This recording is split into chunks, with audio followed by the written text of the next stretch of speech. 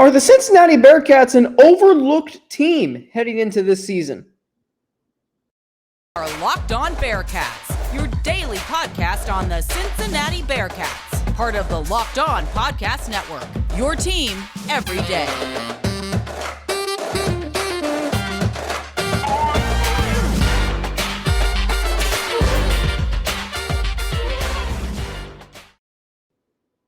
And thank you very much for making Locked On Bearcats your first listen of every day. It's free and available everywhere you get your podcast and on YouTube. Don't forget to subscribe and hit that follow button to get an alert every time we drop a new episode. We're up to 405 subscribers and counting. Keep them coming as we approach the start of football season. Alex Frank with you, your host each and every day, former sports director of Bearcast Media. So there is this feeling that I got, and I go through the comment each YouTube video for every episode just to see what you guys are thinking, how you guys are interacting with the show, and I appreciate all the comments. And I saw one comment from a Razorbacks fan, and he or me that they might be overlooking this game. That got me thinking. What if Arkansas is overlooking Cincinnati? What if any opponent in the AAC is overlooking Cincinnati? How should that be perceived? You know what? Fine. Let teams overlook Cincinnati this season. I don't care. They don't care. You give this Bearcats team, you give this program, you give Luke Fickell, you give the fan base, you give this university any fuel to the fire, the engine's going to get revved up. I am telling you right now, you doubt this team once, the engine will be revved up. So let Arkansas overlook Cincinnati. They shouldn't. Let SMU and UCF overlook Cincinnati. Let Indiana overlook Cincinnati. That's fine. They'll come. They'll learn. I like the Cincinnati's being overlooked. Arkansas, the comment was basically that Arkansas is overlooking this game because their fifth game of the season, all right? Yeah. Their fifth game of the season is against Alabama, and it's a home game. So they're thinking, oh my gosh, it's going to be 4-0 versus 4-0. Winner of that game wins the SEC West. Well, look who you're playing before then. Like, if I'm Arkansas, I see that I have South Carolina on my schedule.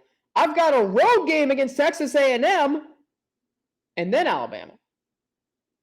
See, what makes the Cincinnati Bearcats program great is, and they had to do this last year, they couldn't play anybody else on the schedule except the opponent that was next.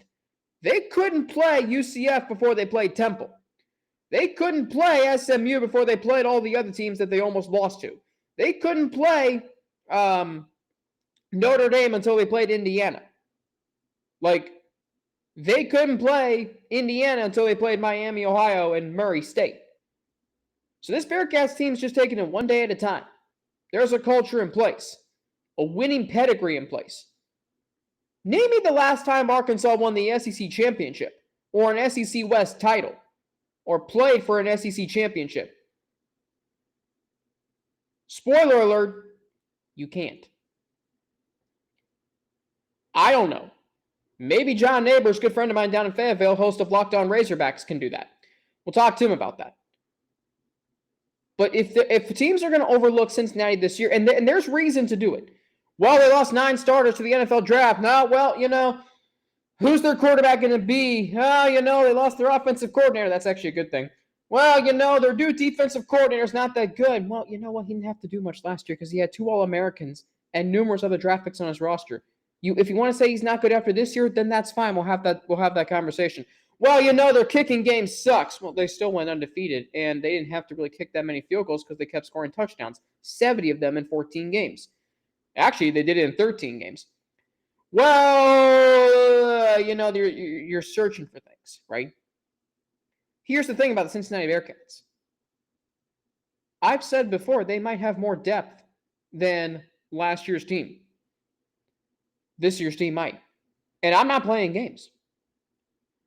You go at every position. You can name 2 to 3 players.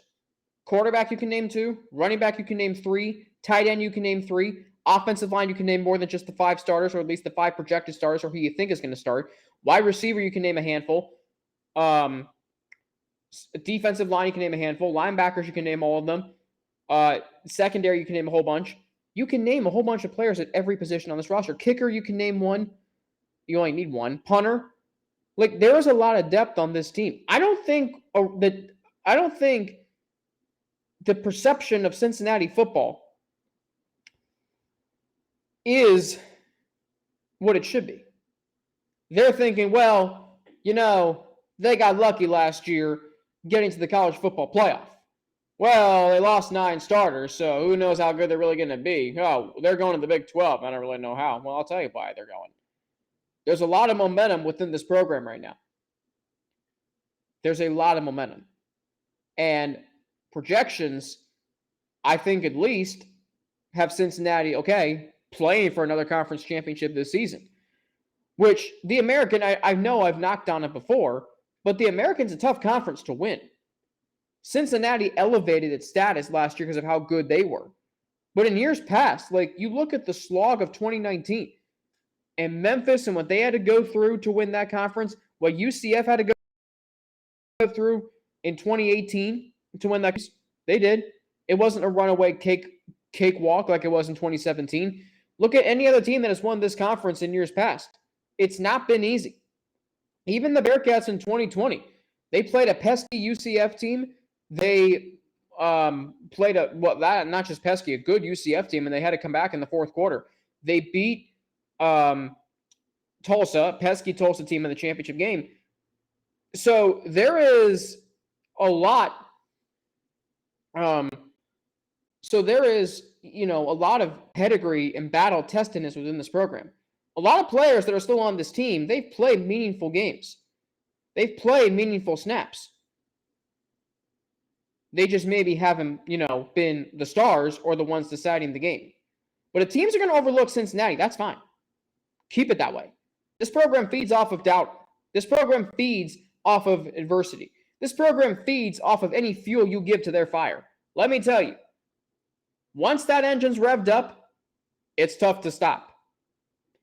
Now, does this program have any alpha dogs that last year's team had? Maybe. Josh Wiley, Trey Tucker, Malik Vann. Desmond Ridder and Sauce Gardner and Kobe Bryant, Jerome Ford, Alec Pierce, etc. were alpha dogs. I'm not sure if this team has that yet. But what they do have is a winning pedigree. And they have a chip on their shoulder. I'll take that program over an Arkansas program that is riding a high of a 9-4 season, which, by the way, ended with a loss in a bowl game. So I'll take that over an Arkansas team that's like, oh my gosh, we have a shot at winning the SEC West. Spoiler alert, no, you don't. And if you're going to overlook this game against Cincinnati to get to South Carolina in week 2 or Arkansas' schedule, by the way, for this season. So they, of course, open against Cincinnati. But if you're talking about just getting through the first 4 games to set up Alabama, bad idea.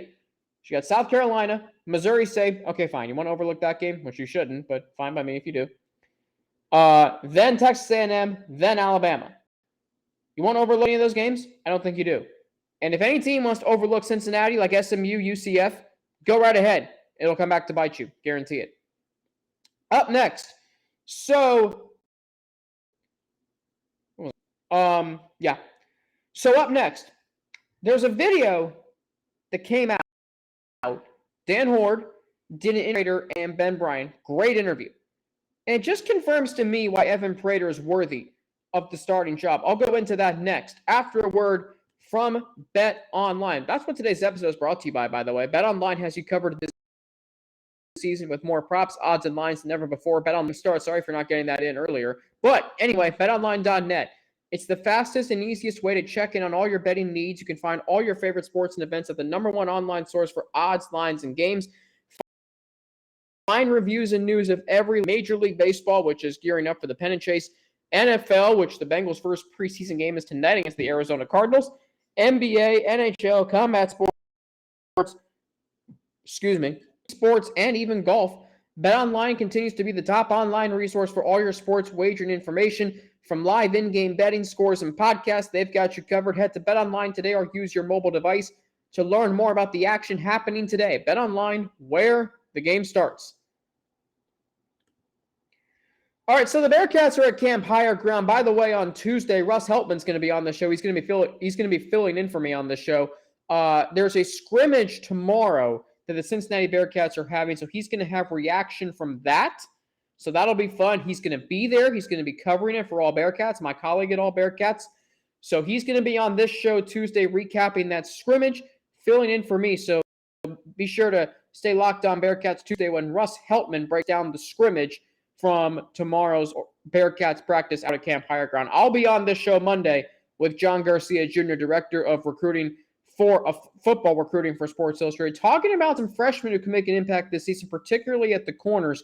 Guys like Sammy Anderson, Todd Bumpus, and maybe other, guys we haven't really seen a lot too. Gavin Gerhardt on the offensive line, Ethan Wright, what impacts they will make. Anyway, there's a video or an interview that came out Tuesday night, or I think on Tuesday in general, and Dan Hoard interviewed both Ben Bryant and Evan Prater. And what's so great to me about this, is both guys, this is a competition. But what it is a friendly competition. Whoever wins this battle at quarterback, whoever wins, right? I think the Bearcats are in good hands. I've said long term, that Evan Prater should start. But short term, heading into Arkansas, you feel good with whoever's going to win the battle. Both men are deserving of it. But if you watch the interview and you listen to what Ben Bryant and Evan Prater say in response to the questions that Dan Hoard asked them, Evan Prater is way more mature than I ever thought. Like, you might look at him as this high-priced recruit, fun-loving, he has a freestyle style of play. He's got the big afro, but let me tell you something. There's a maturity and a leadership to him, right? There's a leadership and maturity about him. You listen to what he says. And first off, what's interesting to me is, if you pay attention to what they're wearing in the video, Ben Bryant's got a black Bearcats shirt on, which, fine. Evan Prater's wearing a college football playoff, I think it's a pullover, maybe a sweatshirt, jacket, sweater, whatever. Anyway, so when I'm watching that, and I see Evan Prater's wearing that, and I'm like, he's been somewhere Ben Bryant never has. Like, Evan Prater has, and I get it, he hasn't started a game yet. Evan Prater has been to the college football playoff. That has to mean something. And you back up Desmond Ridder for 2 years. At the height of his Bearcats career, an all-time icon. Like, just think about that for a minute. And you have all that knowledge. And you listen to how confident he answers each question. You listen to the fact that he understands his performance every day not only impacts him, but it impacts the offensive line, the skill group, the defense. He's got to be at his best to not make it too easy for the defense. He understands what this is about. Ben Bryant's answers were good, but he was like, I'm focused on me, and, I'm focused on doing what I can do. I got a lot of respect for Evan, but I'm focused on me winning the starting job. Here's the thing. Evan Prater gets it. He has been a part of this program at a critical time. Ben Bryant transferred and missed out on a season when the Bearcats went to the college football playoff and when they were admitted to the Big 12. Evan Prater was a part of all that. And you wonder why I say, long term, Evan Prater should be the starter. Well, there's a reason for that. There's a reason I say that. because Evan Prater gets this program. You know, when you're a transfer, like Ben Bryant, you transfer back into a program. When you transfer in the first place, it's risky. And when you try to transfer back to the school you were originally at, that's even riskier. Because let me tell you, Evan Prater right now, to me, and I get it, it's a dead heat. But based on that interview alone, which you can go watch on Twitter, you can watch on YouTube, you can watch on Dan Hoard's Twitter account. If you watch that video, if you watch that interview, you'll understand why Evan Prater is worthy of being the starting quarterback. And I think he should be. He gets it. Ben Bryant, like, listening to what he says, like, yeah, he looks mature. Yeah, he looks like a quarterback, but it looks like there's something like that's limiting him. It really does. And I'm a big fan of Ben Bryant. I think he's got a good arm. I think he's got a lot of talent. But at the end of the day, I'm still giving Evan Prater my vote of confidence to be the starting quarterback. He's mature beyond his years. He's been here at a critical time for this program. So why not have him be the starter heading into the Big 12? It makes total sense.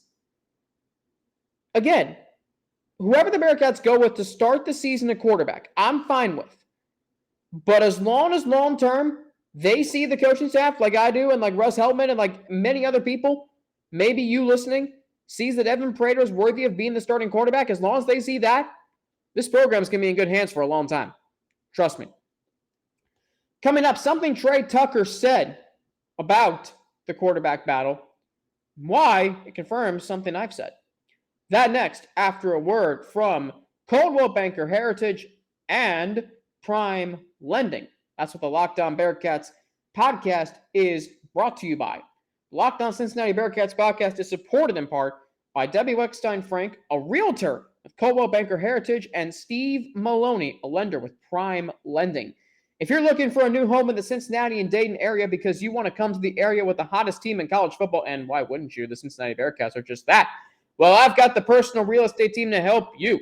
Debbie specializes in both the Dayton and Cincinnati areas and is a longtime Miami Valley resident who has helped hundreds of people all over the country find and close on their dream home. Steve, also a longtime Miami Valley resident, specializes in repurchases and refinances in over 40 states. Heck, 700 WOW can't even reach that many states.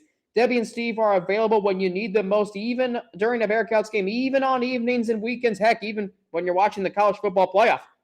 When you're making the split-second decisions, let them help you get your offer to the top of the list. Take the guesswork out of the home buying process and hire a wide-open professional real estate team with a track record of success.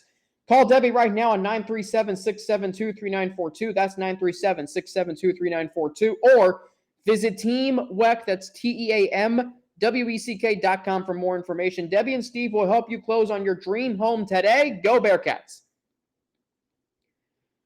All right, so one final thing before we close out the week. Trey Tucker recently said at fall camp.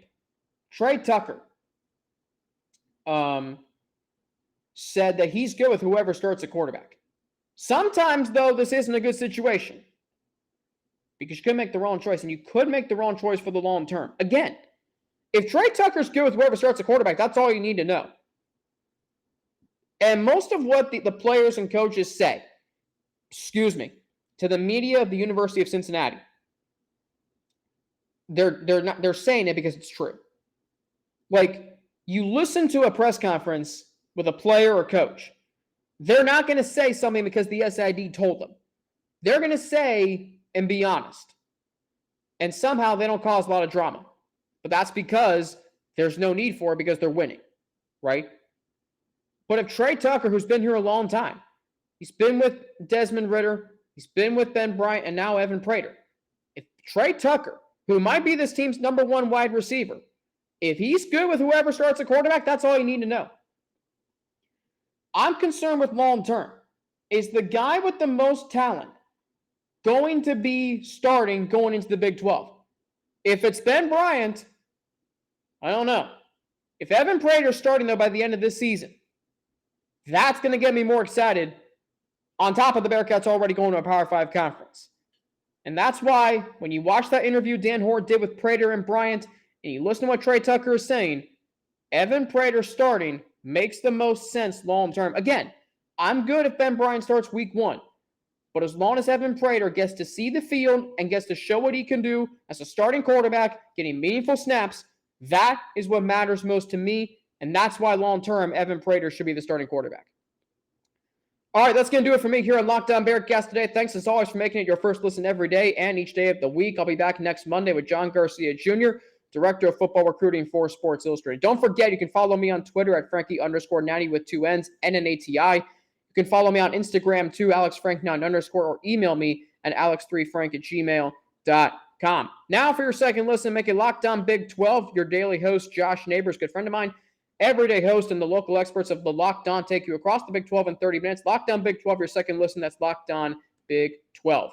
For the Locked On Bearcats podcast, don't forget to subscribe to the Locked On Bearcats YouTube channel, up to 405 subscribers and counting. Follow us too to get an alert every time we drop a new episode. For the Locked On Bearcats podcast, I'm Alex Frank. Have a great rest of your day, and I will be back on Monday with John Garcia Jr. here on Locked On Bearcats.